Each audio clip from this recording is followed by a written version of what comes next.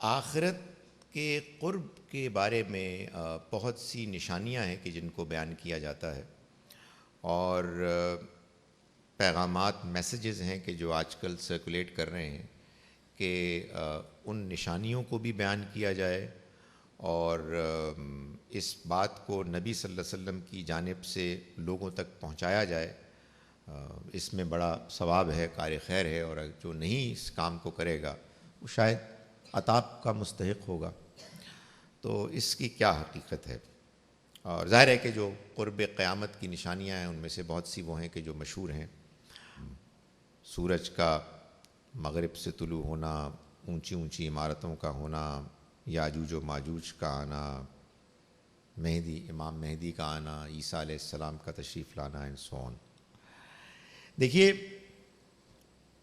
قرآن مجید میں اللہ تعالیٰ نے سورہ نازعات کے آخر میں آیت نمبر، سورہ نازعات ہوگی 79 جی، اور آیت ہے 42 آنورڈز، 42 سے لے کے آخر تک۔ یسألونک عن الساعۃ ایان مرساہا، یہ آپ سے پوچھتے ہیں آخرت کی گھڑی کے بارے میں کہ وہ کب آئے گی۔ یعنی آبویسلی اس سوال کے جواب میں لاجیکلی تو وہ ساری باتیں آ جانی چاہیے تھیں جو آپ نے بیان کی ہیں کہ بھائی جب یہ ہوگا اور یہ ہوگا اور یہ ہوگا اور یہ ہوگا تو آ جائے گی قیامت۔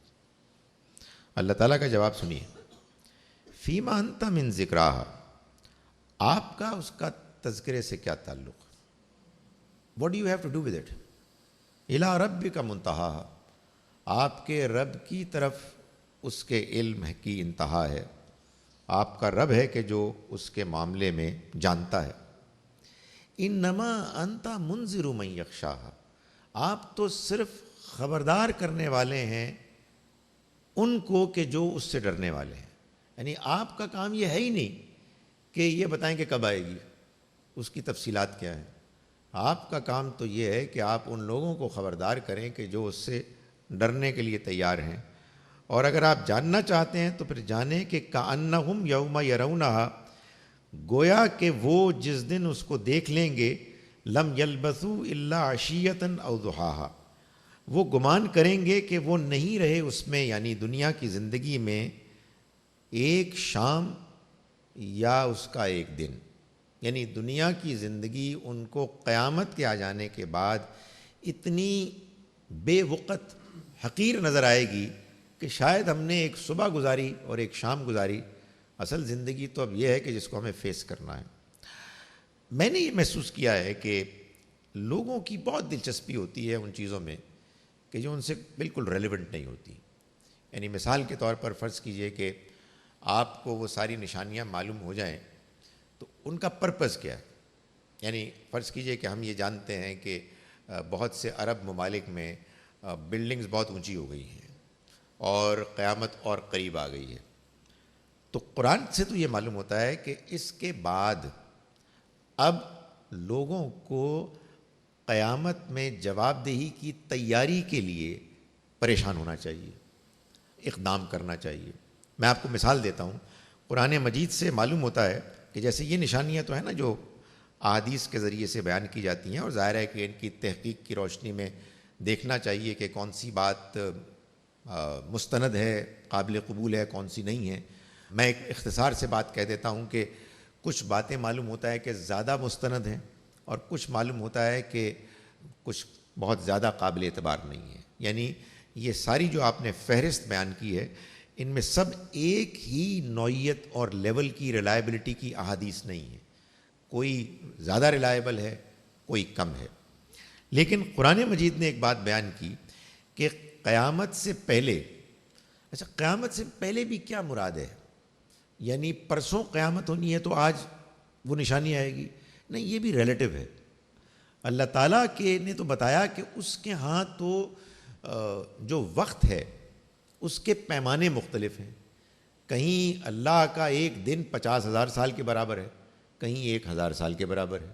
سو اللہ کے ہاں پیمانے مختلف ہیں، لیکن یہ بتایا کہ اقتربت الساعۃ وانشق القمر، آخرت کی گھڑی قریب آ گئی اور چاند 2 ٹکڑے ہو گیا، تو معلوم یہ ہوا کہ آخرت کے قرب کے لیے اللہ نے ایک نشانی قائم کی تھی کہ چاند کو ٹکڑے ہونا تھا، وہ ہو گیا۔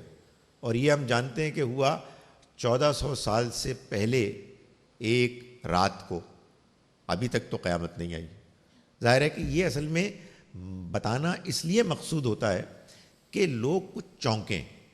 آگے بتاتا ہے قرآن، وَإِن يَرَوْا آیَةً يُعْرِضُوا وَيَقُولُوا سِحْرٌ مُسْتَمِرٌ، لیکن اس کے باوجود یہ لوگ جو انکار کرنے والے ہیں وہ اعراض کر رہے ہیں اور کہہ رہے ہیں کہ یہ تو ایسے ہی جادو ہے کہ جو کر دیا گیا ہے۔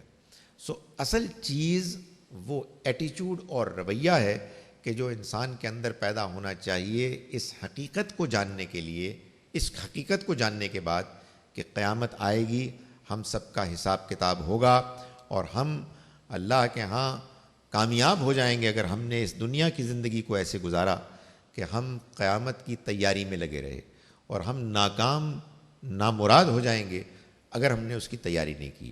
اور اسی کے بارے میں یہ بھی بتایا گیا ہے کہ انسان کے لیے تو قیامت اس کی موت ہے۔ حضور نے فرمایا کہ من ماتا فقط قامت قیامت، جو مر گیا اس کی قیامت تو واقع ہو گئی۔ اس کی وجہ یہ ہے کہ اس کے مرنے کے بعد اس کا حساب کتاب تو لپیٹ دیا جائے گا اور پھر وہ مزید اس میں اضافہ نہیں کر سکے گا۔ تو میں نے گزارش کی کہ یہ جو تفصیلات ہیں ان میں سے بعض وہ ہیں کہ جو زیادہ مستند روایات میں آئی ہیں۔ جب میں کہتا ہوں مستند روایات تو اس سے مراد یہ ہوتی ہے کہ ہمارے محدثین نے جو روایت کے لیے کرائیٹیریا قائم کیے ہیں وہ ان کی تحقیق کے مطابق اس پہ زیادہ پورے اترتے ہیں، اور بعض وہ احادیث ہیں کہ جو ان کے معیارات پر کم پورا اترتے ہیں۔ اس میں کوئی ایک حتمی بات نہیں ہے، اور یہ جتنی تفصیلات ہیں یہ الگ الگ احادیث سے لوگ عام طور پر یکجا کرتے ہیں۔ اور میں نے گزارش کی کہ قرآن سے یہ معلوم ہوتا ہے کہ انسان کو زیادہ فکر مند اس کے لیے ہونا چاہیے کہ اگر قیامت آ رہی ہے اور یقیناً وہ آ رہی ہے تو پھر ہم اس کے لیے اپنے آپ کو تیار کریں۔